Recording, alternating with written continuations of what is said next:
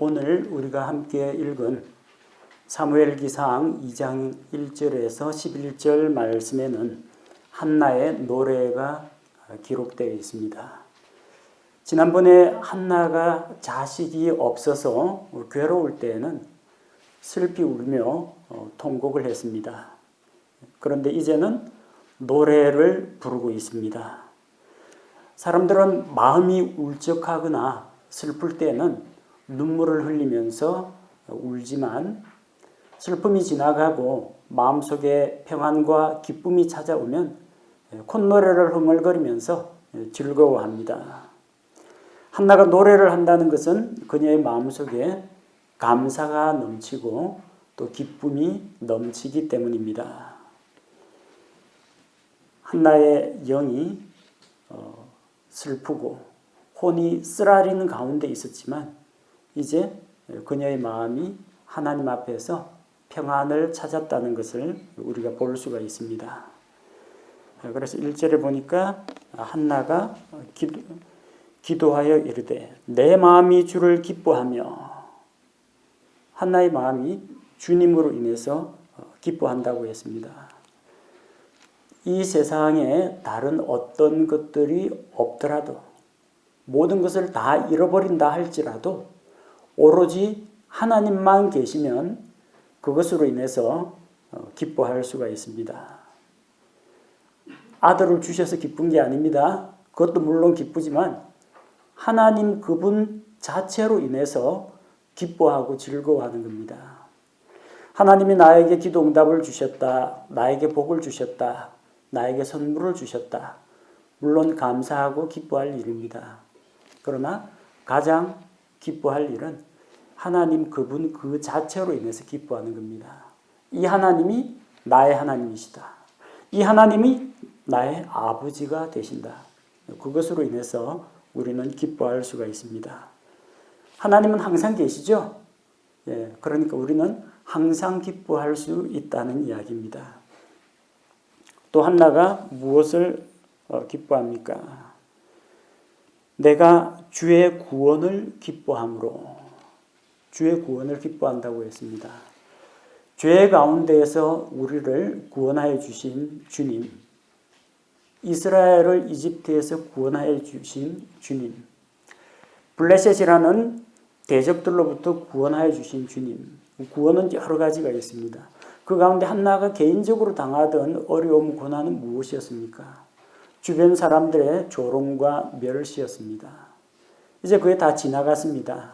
자기도 당당하게 사내 아이를 낳은 이제 아이의 엄마가 되었기 때문에 하나님께서 나를 그런 어려운 환경 가운데에서 건져주신 것으로 인해서 기뻐하고 감사하는 겁니다. 아들을 주신 그 사실도 감사하지만 아들을 주신 그 하나님이 나의 하나님이요, 나의 구원이요, 나의 피난처, 나의 반석이시라는 것을 생각할 때 우리는 마음이 기쁘고 즐겁게 됩니다. 자, 또 오늘 본문의 말씀 보니까 1절에 내 뿔이 주 안에서 높여졌도다. 한나의 뿔이 높여졌다고 했습니다. 한나가 도깨비처럼 뿔이 달렸다는 그런 이야기는 아니고요. 우리 쪽에서 이야기하는 뿔하고 이스라엘에서 이야기하는 뿔의 개념이 다릅니다. 우리는 안 좋은 거, 그런 거 이야기할 때 뿔이라고 합니다. 그래서 못된 송아지 엉덩이에 뿔 난다라는 그런 말도 있고, 누가 화가 나가지고 퉁퉁 부어 있을 때 뿔 났다, 심술 났다, 조심해라, 그렇게 이야기하죠. 뿔이라는 게 뾰족하고 남에게 상처를 주고 들이받는 이런 걸로 우리는 생각을 합니다. 근데 성경에서 이야기할 때 뿔이라는 것은 힘과 권능, 영광을 상징하는 용어입니다. 시편 89편 24절에 보면 나의 신실함과 긍휼이 그와 함께하리니 그의 뿔이 내 이름 안에서 높여지리라. 그의 뿔이 높여진다라는 것은 하나님께서 그를 높이 세우시고 그에게 영광을 주셨다는 이야기입니다. 뿔도 이제 뿔 나름인데요. 자기 스스로 자기 뿔을 높이는 것은 교만이라고 합니다. 하나님이 나를 높여주시고 주변 사람들이 나를 칭찬해 주는 거, 그건 괜찮습니다. 근데 내가 내 스스로 목을 곧게 하고 내 스스로 뿔을 높이 든다. 성경에서 스스로 자기 뿔을 높이 드는 것은 교만한 것, 하나님을 대적하는 것이라고 표현하고 있습니다. 그래서 시편 75편 5절에 보면 너희 뿔을 높이 들지 말며 뻣뻣한 목으로 말하지 말라고 했습니다. 똑같은 뿔인데 여기에서 뿔은 하나님이 주시는 영광과 권능과 힘이 아니라 자기 스스로 자기를 높이는 것을 이야기합니다. 그래서 교만의 상징이 이 뿔입니다. 한나의 뿔이 높아졌다는 것은 한나가 이제는 사내 아이를 얻었기 때문에 사람들 앞에서 교만하게 행한다, 그런 의미가 아닙니다. 그 뿔을 자기가 높인 게 아니라 내 뿔이 주 안에서 높여졌다고 했습니다. 시편 89편 24절에서도 그의 뿔이 내 이름 안에서 높여진다고 했습니다. 하나님 안에서, 하나님께서 허용하는 범위 내에서 하나님께서 높여주시는 것은 상관이 없습니다. 하나님께서 세워주시는 겁니다. 우리 각 사람이 사람들 앞에서 자랑할 거리도 있고 또 내세울 것도 있다고 하더라도 그걸 내가 내 입으로 이야기할 때는 교만이 됩니다. 그러나 내가 스스로 나를 높이지 않더라도 하나님께서 나를 높여주십니다. 또 내가 바르게 행할 때 주변 사람들이 나를 칭찬하고 높여줍니다. 물론 그럴 때도 우리가 겸손한 마음을 가져야겠지만 스스로 높이지 않고 때가 되면 높여주시는 그 하나님의 권능의 손길을 우리가 기다리는 자세가 필요하다는 겁니다. 자, 그리고 한나가 주의 구원을 기뻐함으로 내 입이 내 원수들을 향해 크게 열렸다고 했습니다. 입이 열렸다는 건 뭐예요? 할 말 다 할 수 있다는 이야기예요.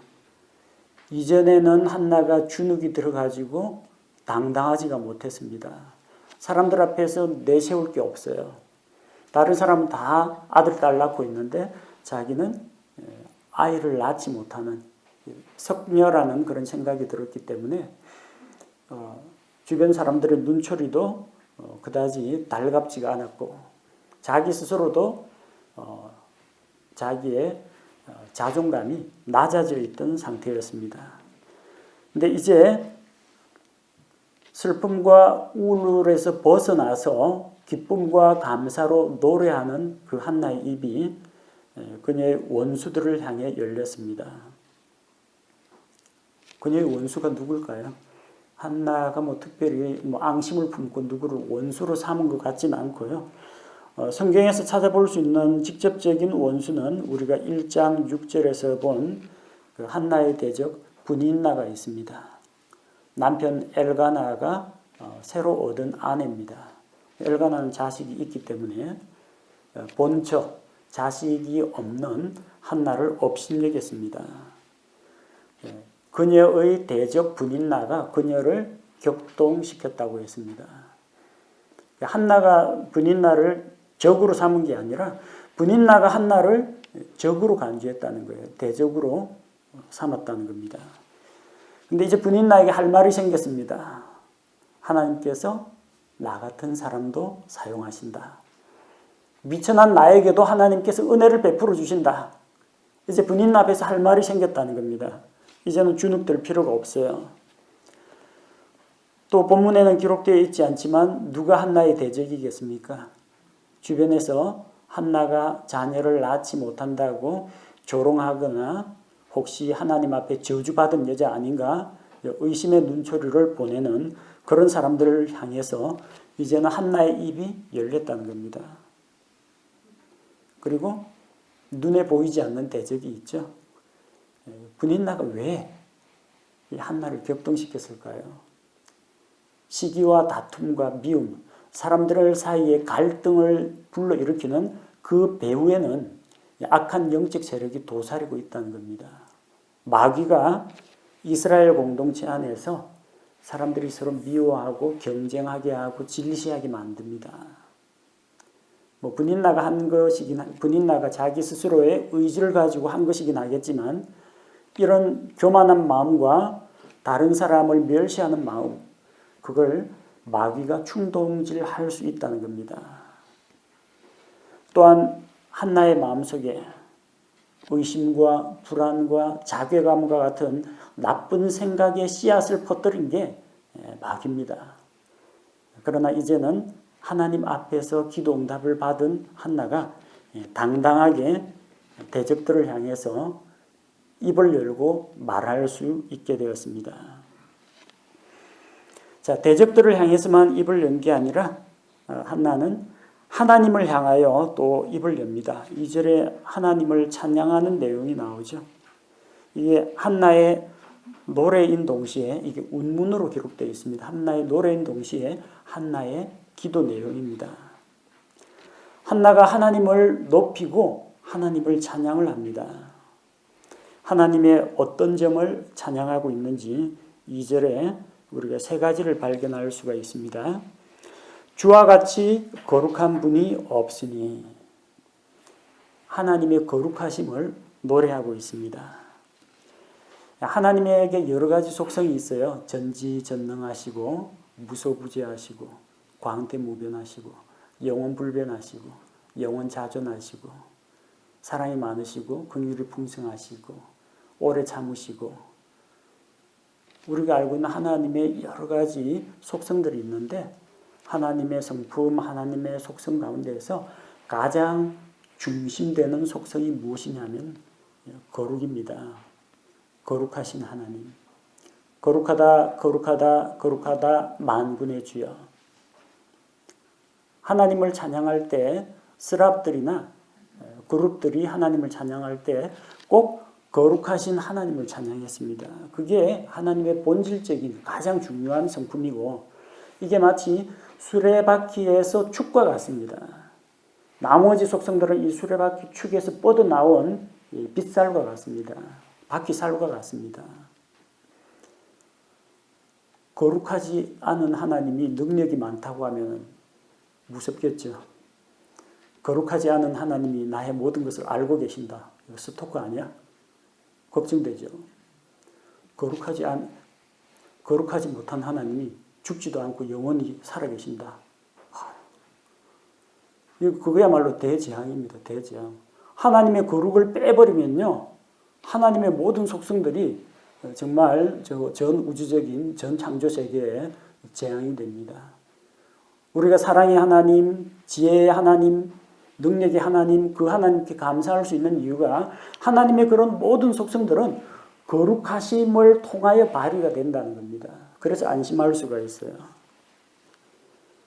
레위기 20장 26절에 나 주는 거룩하며 내가 거룩하니 너희도 거룩하라고 하나님께서 말씀하셨습니다. 한나가 생각할 때 아들을 주신 하나님이 생명의 주인이신 하나님 이게 먼저 떠오른 게 아니라 거룩하신 하나님, 주와 같이 거룩한 분이 없으시니 우리가 하나님을 기억하고 찬양할 때 거룩하신 하나님을 꼭 생각하시기 바랍니다. 두 번째는 주 외에는 다른 분이 없다는 겁니다. 유일하신 하나님. 하나님 이외에 다른 신들은 없습니다. 사람들이 만든 신이라든지 산신령이라든지 바다의 용왕이라든지 태양신이라든지 사람들이 하나님의 창조물에다가 그런 이름들을 붙인 겁니다. 하나님은 유일하신 하나님입니다. 다른 이가 없습니다. 다른 것들은 다 우상이요. 또 마귀의 작품들입니다. 신명기 4장 35절에 그것을 내게 보여주신 것은 주 그분은 하나님이시요 그분 외에 다른 신이 없음을 내가 알게 하려 하심이니라. 하나님이 유일하신 하나님이라는 겁니다. 세 번째로 하나님은 어떤 분이시냐? 반석과 같은 분입니다. 우리 하나님 같은 반석도 없나이다. 반석이라는 것은 바위를 이야기합니다. 조그마한 돌멩이나 뭐 이런 바위가 아니라 거대한 안반층, 아주 견고한 바위를 이야기합니다. 시편에서는 자주 주는 반석이시라는 그런 표현들이 나옵니다. 시편 18편 2절에 주는 나의 반석이시요 나의 요새시요 나의 구출자시요 나의 하나님이시요 내가 신뢰할 나의 힘이시요 나의 방패시요 나의 구원의 뿌리시요 나의 높은 망대시로다. 이 다윗의 시 가운데에서 자주 등장하는 표현이 주는 나의 반석이라는 겁니다. 반석이면 좀 딱딱하고 불편할 것 같죠? 근데 이 팔레스틴 지방에서는 반석이야말로 가장 안전한 곳입니다. 갑작스럽게 비가 쏟아지고 마른 건천, 말라있던 그 건천에 물이 쫙 흐르면요, 삽시간에 모든 것들이 휩쓸려 갑니다. 사막에서 일사병으로 죽는 사람보다요, 홍수로 죽는 사람들이 더 많다는 거 알고 계십니까?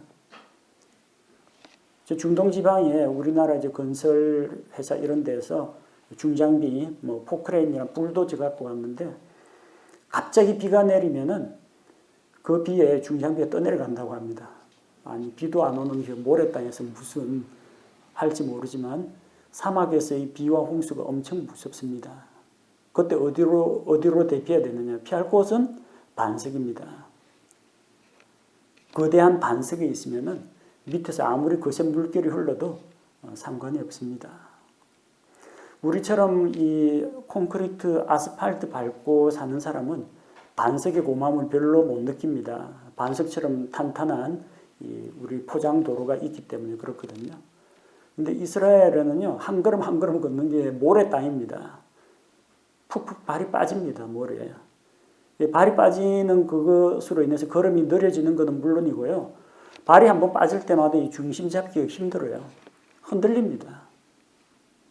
근데 반석에 있으면은 반석 위를 걸어가면은 흔들리지가 않습니다. 견고합니다. 그래서 집을 지을 때도 땅을 깊이 파고 그 안반층에다가 기초를 놓고 그다음에 높은 건물을 올립니다. 하나님이 반석이십니다.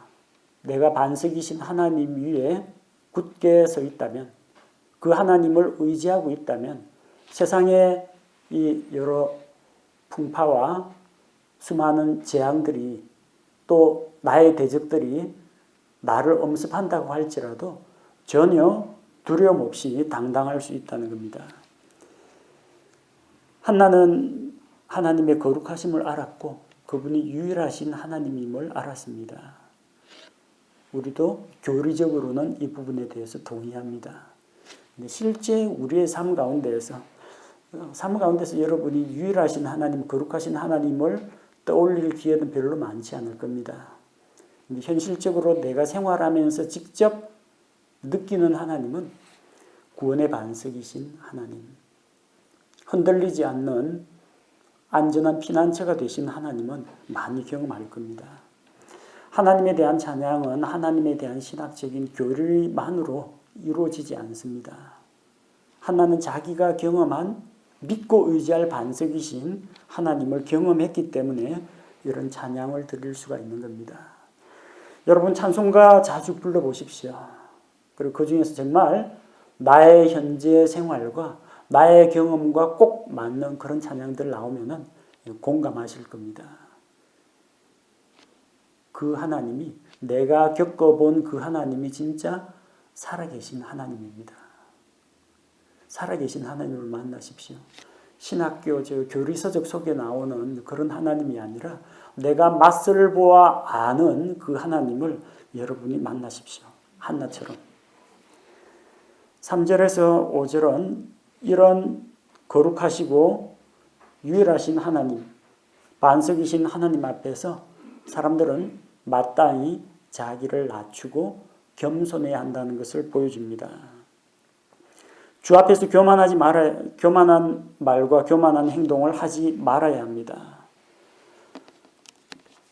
3절에 보면은 다시는 그토록 심히 교만하게 말하지 말며 오만한 말을 너희 입에서 내지 말지어다 라고 했습니다. 자, 교만하게 말하지 말라. 말하는 태도를 이야기하는 거죠. 그 다음에 오만한 말을 너희 입 밖으로 내지 말라. 말의 내용입니다. 둘 다 뭐 교만이긴 합니다만 교만하게라고 했으니까 이제 말하는 태도입니다. 누가 이런 말을 했어요? 분인나가. 나는 자녀가 이렇게 많이 있는데 너는 그게 뭐냐? 이런 거 하지 말라는 겁니다. 분인나가 능력이 좋아가지고 자녀를 얻었어요.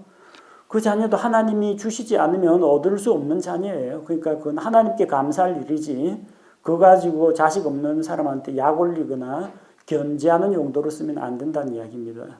교만하게 말하지 말라. 오만한 말을 입 밖으로 내지 말라.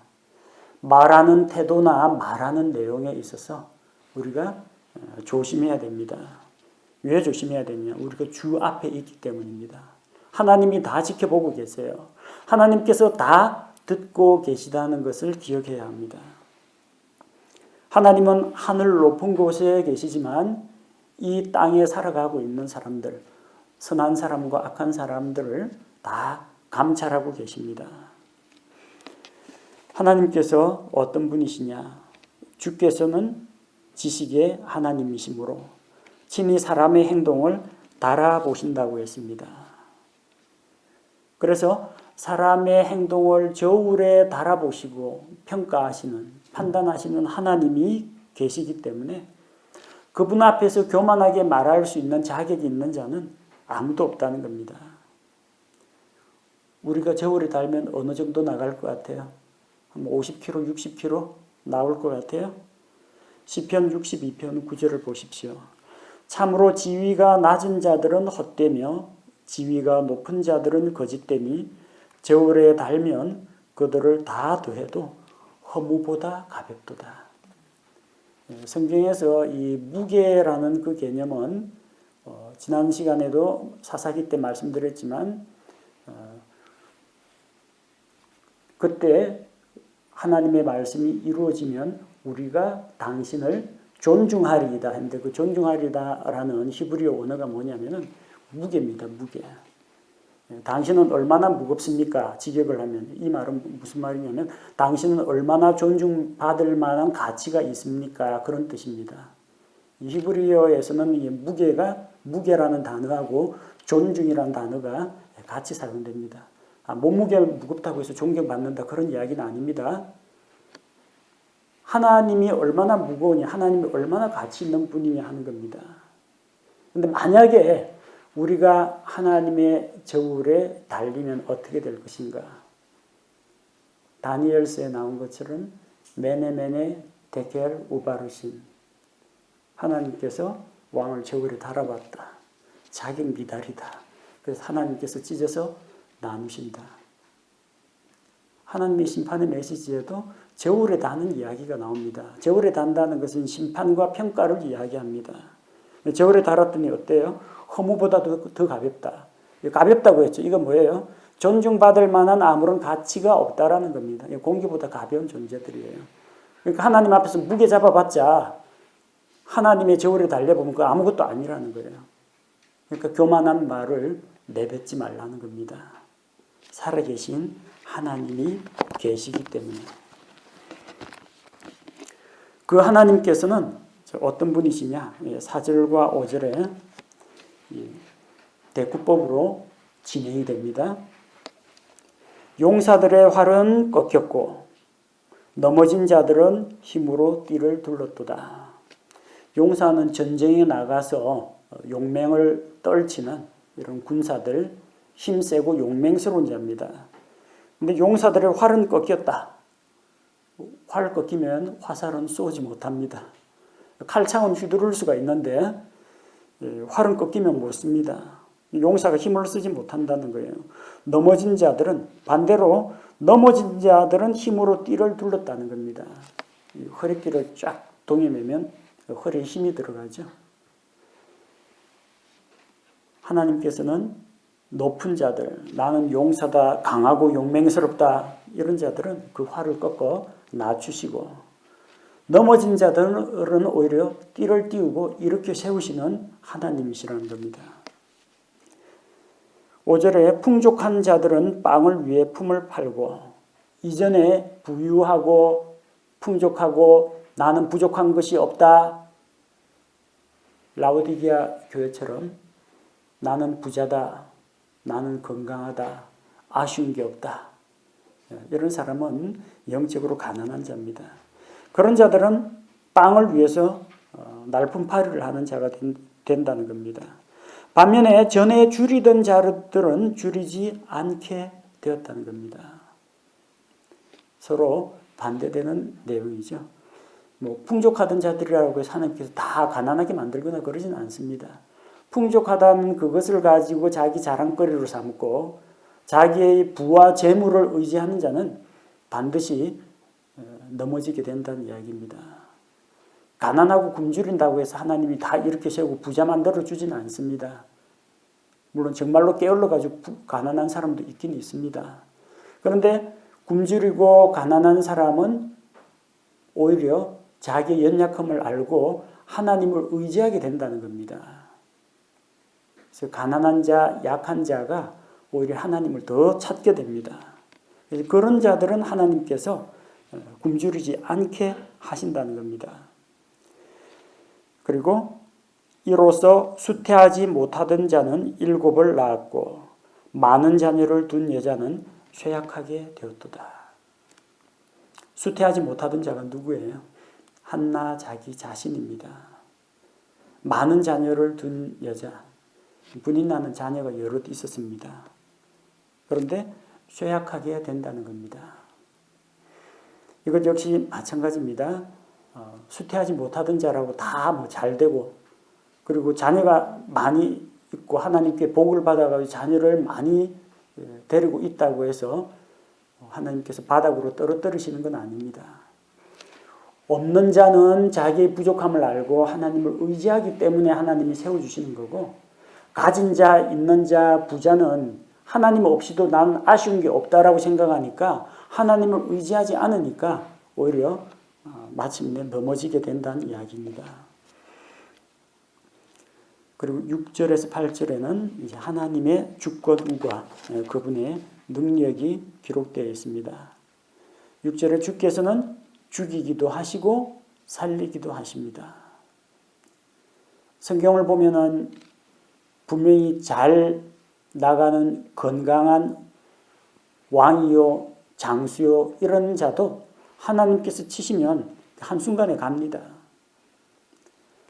반면에 병들어 죽어가던 히스기야가 하나님께 눈물로 부르짖고 하나님께 호소하니까 죽어가던 사람도 하나님께 살려주십니다.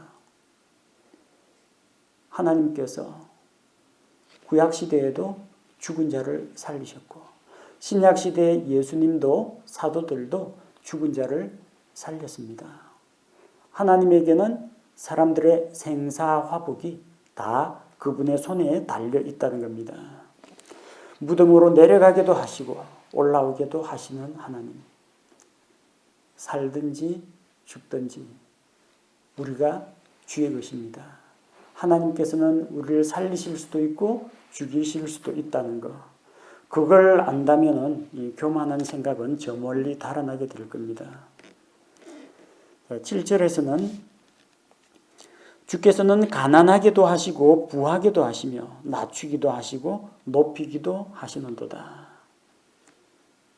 가난한 자를 부하게 하시고 높은 자를 낮추시고 낮은 자를 높이시는 하나님. 우리 성경에서 이런 내용들 참 많이 보았습니다. 가난한 세리의 기도를 받아주시고 하나님께서 의롭다 인정하시고 교만으로 가득 찬 바리새인의 위선과 그 우월한 태도를 하나님께서는 꾸짖으시고 그를 낮추셨습니다. 겸손한 자에게는 은혜를 베푸시고 교만한 자에게는 하나님의 두려움을 보여주셨습니다. 또한 8절에서는 약한 자를 강하게 하시는 하나님. 약한 자가 누구예요? 한나입니다. 나와 같이 약한 자를 주께서 그분의 권능으로 세워주셨다는 겁니다. 그분께서 가난한 자를 먼지에서 일으키시며 거지를 거름더미에서 들어올려 통치자들 가운데 앉게 하신다고 했습니다. 하나님께서 원하시면 낮고 비천한 자도 세우실 수가 있고 높은 왕도 폐하실 수가 있습니다. 이걸 제일 절실하게 경험한 사람이 느부갓네살 왕이죠. 이 위대한 도성 바빌론은 내가 내 지혜와 내 권능으로 세운 것이 아니냐 할 때 주의 천사가 하나님의 순찰자가 그를 쳐서 결국은 이 정신 이상자가 되어가지고 짐승과 같은 그런 생활을 하면서 궁궐 밖으로 쫓겨나서 짐승처럼 들에서 비와 이슬에 젖으며 풀을 먹으며 나무 껍질을 씹으며 그렇게 미치광이의 생활을 했습니다. 그러다가 마침내 하나님께서 세상을 다스리시고 또 지극히 천한 자를 그 위에 세우시는 하나님을 그가 깨닫고 고백했을 때 그의 총명이 다시 돌아오고 그가 다시 왕위에 복귀하게 되었습니다. 이집트의 호위대장 보디발의 감옥에 갇혀있던 요셉을 옥에서 이끌어내어 이집트의 총리 대신으로 삼으신 분이 하나님이십니다. 연약한 자를 강하게 하시는 하나님. 그들로 하여금 영광의 왕좌를 상속받게 하신다고 했습니다. 왜 이것이 가능하냐? 주께서 창조주 하나님이시고 주께서 모든 것의 주인이시기 때문입니다. 주께서 땅의 기둥들을 세우시고 세상을 세우셨기 때문에 모든 것은 주의 손에 달려 있다는 겁니다. 한나는 계속해서 9절과 11절에서 위대하고 강하신 주님의 이름을 찬양하고 있습니다. 9절에서 그분께서 자신의 성도들의 발을 지키실 터인즉 사악한 자들은 어둠 속에서 잠잠하게 되리니 이는 아무도 힘으로 이기지 못한다고 했습니다. 자기의 거룩한 자들, 하나님께서 구별하신 자기 성도들을 하나님께서 지켜주십니다. 그러나 하나님께 속하지 않고 어둠에 속한 자, 마귀에게 속한 자들은 어둠 속에서 잠잠하게 될 것이라고 했습니다. 악한 자들은 결코 하나님을 이길 수가 없고 하나님께 속한 하나님의 백성을 이기지 못합니다. 아무도 힘으로 주를 이길 수 없기 때문에 주님께 견고히 붙어있는 그분의 성도들을 대적할 수가 없다는 겁니다. 자, 10절에서는 이제 하나님의 영광과 함께 하나님의 능력, 그분의 권능, 하나님의 위대하신 승리가 기록되어 있습니다. 주의 대적들은 산산조각 나리로다. 주의 대적들은 누구예요? 하나님을 믿지 않는 불신자들, 그리고 하나님을 대적하는 악한 영적 세력들을 말합니다. 그분께서 하늘에서부터 천둥으로 그들을 치시리로다. 주께서 땅의 끝들을 심판하시고 자신의 왕에게 힘을 주시며 자신의 기름 부음 받은 자의 뿔을 높이시리로다 하니라. 주의 대적들은 하나님 앞에서 심판을 받습니다. 대적들은 부서져서 산산조각 난다고 했습니다.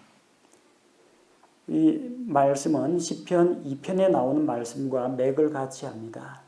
하나님께서 기름 부음을 통해서 세우신 자기의 왕, 그분의 아들 메시아 그리스도에 대한 예언의 말씀이 시편 2편에 기록되어 있습니다. 2편 9절에 내가 그들을, 내가라는 것은 하나님께서 아들 하나님 메시아 그리스도 그분께 하는 말씀입니다. 내가 그들을 철장으로 부수고, 철장은 쇠지파입니다. 철장으로 부수고 토기장이의 그릇같이 산산조각 부수리라. 이 땅에 천년왕국이 임할 때 예수 그리스도께서 이 땅에서 왕으로서 철장 권세를 가지고 온 세계를 다스리십니다. 그래서 대적하는 자들은 부순다는 겁니다. 그 장독대 있죠? 그 항아리. 돌 던지면 팍 맞으면 팍 깨집니다. 그걸 이제 쇠지팡이로 팍 치면요.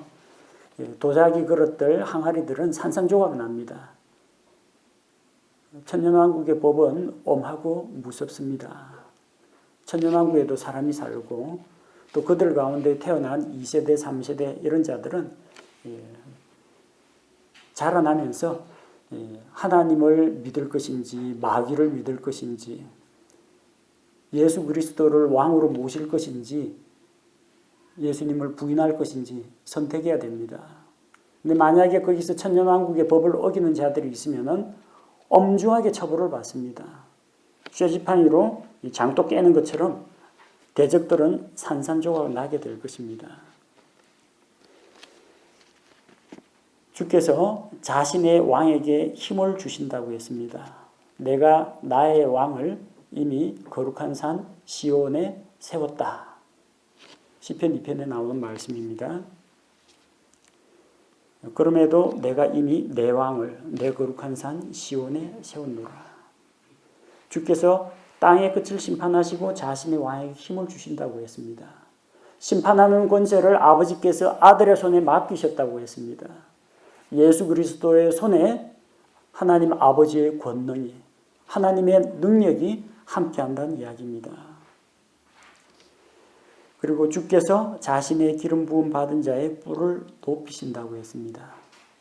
자, 여기서도 뿔이 나오죠. 한나의 뿔이 주 안에서 그분 안에서 높여졌다고 했는데 하나님께서 자신의 왕 그리스도를 말합니다. 자신의 기름 부음 받은 자의 뿔을 높이신다고 했습니다. 기름 부음 받은 자 이게 그 히브리어로 메시아라고 합니다. 그리스어로는 크리스토스 그리스도라고 합니다. 예수 그리스도를 이야기합니다. 시편 2편 12절에 하나님께서 자기 아들 예수 그리스도에게 모든 권능을 주셨기 때문에 사람들은 하나님께 심판받지 않으려면 그 아들을 만나야 됩니다. 그 아들에게 입맞추라. 그리하지 아니하면 그분께서 분노하사 즉 예수 그리스도를 인정하지 않는 자들은 하나님께서 진노하사 그분의 진노가 타오르고 그리고 너희가 길에서 벗어나 망하게 될 것이라고 했습니다. 반면에 그분을 신뢰하는 자들은 다 복이 있다고 했습니다. 마태복음 28장 18절 이하에서도 하늘과 땅의 모든 권세를 예수님께서 받으셨다고 했습니다. 하나님의 기름 부음 받은 자 예수 그리스도의 뿔이 높아졌고 그분이 영광스럽게 되었기 때문에 그분께 영광을 돌리고 그분을 가까이 하라는 이야기입니다. 한나의 기도, 이 한나의 노래 속에는 이것이 성경에 기록된 것은 이것이 한나가 어떻게 이렇게 그리스도에 대한 이야기까지 다 알고 이 사무엘기상 2장이 아직까지 시편 2편은 아직 기록되기도 이전인데 어떻게 이걸 다 알고 썼느냐. 하나님의 영께서 성령께서 영감을 통해서 그녀의 입을 통해 이 찬양, 이 노래를 부르게 하셨기 때문입니다. 그래서 이것은 한나의 기도, 한나의 노래에 나오는 내용이지만 하나님의 영감을 통해서 기록된 말씀입니다. 그 가운데서 우리는 이 세상에 오셔서 왕으로서 다스리실 그리스도를 미리 볼 수가 있습니다. 사무엘기상 내용이 하나님께서 왕국을 세우시고 왕국을 통해서 이스라엘 민족을 이끌어 가시는 이야기 아닙니까? 좀 있으면 우리가 왕을 세우는 이야기도 볼 텐데 그 사울 왕은 폐위되고 다윗이 왕으로 세워지고 이스라엘의 수많은 왕들을 세우는데 결국은 무엇을 바라보게 하느냐? 왕으로 오실 예수 그리스도, 다윗의 왕좌에 앉아서 영원히 다스리실 하나님의 아들 메시아를 기다리는 것이 사무엘기상의 내용입니다. 자, 이렇게 한나가 주 앞에서 기뻐 노래하고 찬양하고 기도함으로써 이제 주의 집에서 떠나서 집으로 돌아갑니다. 엘가나는 집으로 돌아가고 자기 아내 한나도 데리고 갔겠죠. 어린 사무엘은 엘리에게 맡겨두고 갔습니다. 그래서 이 어린 아이 사무엘은 제사장 엘리 앞에서 주를 섬겼다고 했습니다. 한나의 서원이 이행이 되었습니다. 엘리 앞에서 주를 섬겼다고 했는데 성소 안에서 심부름도 하고 청소도 하고 일을 하려면은 대여섯 살 정도는 돼야 될 겁니다. 그래서 사무엘은 이때 어린 아이로서 주의 전에서 섬기는 일을 했다는 것을 알 수가 있습니다.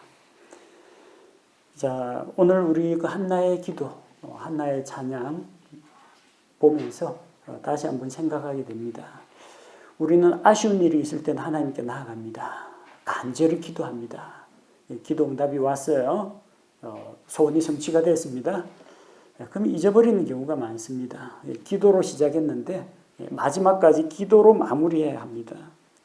2장 1절을 보니까 이 한나의 그 노래가 한나가 기도하여 이르되라고 했죠. 하나님께 대한 찬양의 기도, 감사의 기도입니다. 하나님 앞에 간절한 소원을 가지고 기도하는 것도 필요한데 하나님께서 그 기도에 응답해 주셨을 때 역시 감사와 찬양의 기도로 하나님께 화답하는 것이 필요하다는 겁니다. 하나님께서 주신 선물, 하나님께서 주신 아들을 인해서 감사하고 기뻐하는 것도 필요하지만 그 아들보다는 아들을 주신 하나님을 높이고 하나님으로 인하여 기뻐하는 것이 더 중요하다는 겁니다. 한나의 기도, 한나의 노래 속에 나온 것처럼 하나님께서는 어떤 사람을 높이기도 하고 낮추기도 하십니다. 들어 사용하시기도 하고 버리기도 하십니다. 죽이기도 하고 살리기도 하십니다. 모든 것이 하나님의 손에 달려 있습니다. 그러니까 하나님 앞에서 교만하게 말하면 안 돼요. 교만한 태도를 취하면 안 됩니다. 다른 사람들 앞에서도 낮아져야 합니다. 주께서는 겸손한 자를 높여주십니다. 베드로전서 5장 6절 말씀에 그러므로 하나님의 강한 손 밑에서 스스로 겸손하라. 하나님이 강하시다는 것, 하나님이 거룩하시다는 것, 하나님의 능력이 있다는 걸 알면 자연히 머리를 조아리게 돼 있어요. 왜 겸손하지 못하느냐? 하나님이 어떤 분인지 잘 몰라서 그래요. 하나님이 얼마나 크고 놀라운 분인지 알면요. 다시는 교만하게 말하지도 못하고 오만한 말을 내지도 못하게 됩니다. 그러므로 그 하나님의 강한 손 밑에서 스스로 겸손해야 됩니다. 그리하면 정하신 때가 되면 그분께서 너희를 높여주신다고 했습니다. 한나는 낮은 처지에 있었습니다. 슬프고 괴롭고 쓰라린 경험을 했습니다. 그것이 한나의 마음을 하나님 앞에서 낮아지게 만들었고 낮고 천한 자가 하나님 앞에 기도하며 하나님께서 그 기도에 응답해 주셨습니다. 우리 역시 하나님 앞에서 낮아지고 겸손하여 하나님의 은혜를 받는 그런 성도가 되어야 되겠습니다. 하나님의 은혜는 물이 높은 곳에서 낮은 곳으로 흐르는 것처럼 하나님의 은혜도 낮은 곳으로 임하게 됩니다.